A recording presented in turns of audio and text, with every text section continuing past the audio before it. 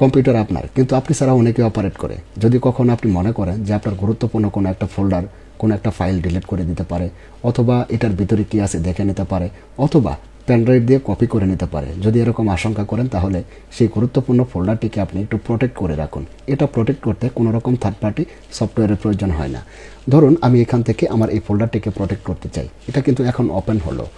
আচ্ছা, এটাকে প্রোটেক্ট করার পরে এটা আর ওপেন হবে না, এটা ডিলিট করাও যাবে না, রিনেম করা যাবে না, কপি করা যাবে না।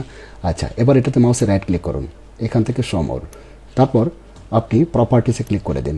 প্রপার্টিসে ক্লিক করার পরে এখানে দেখতে পাচ্ছেন সিকিউরিটি, আপনি সিকিউরিটিতে ক্লিক করুন। সিকিউরিটিতে ক্লিক করার পরে আমরা নিচের দিকে দেখতে পাচ্ছি অ্যাডমিনিস্ট্রেটর, অ্যাডমিনিস্ট্রেটরে ক্লিক করুন। তারপর এখান থেকে এডিট অপশনে ক্লিক করুন।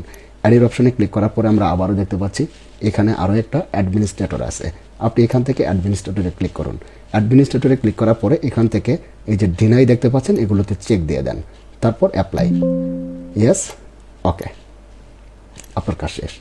এটা কিন্তু এখন আর কপি করা যাবে না, ডিলিট করা যাবে না, রিনেম করা যাবে না, এটা ওপেনও করা যাবে না। দেখুন ডাবল ক্লিক করুন, একটা ওয়ার্নিং চলে আসছে, নো পারমিশন, এটার কোনো পারমিশন নেই। কন্টিনিউ করেন, কোনো লাভ নেই চাপাচাপি করে। তারপর এটা ডিলিট করবেন, কোনো লাভ নেই। দেখেন, ট্রাই এগেন, কোনো লাভ নেই, এটা ডিলিট হবে না, রিনেম হবে না। যদি আপনি নিজে কখনো ওপেন করতে চান তাহলে ডিনাইয়ের চেকগুলিকে আনচেক করে দিয়ে অ্যাপ্লাই করে দিন।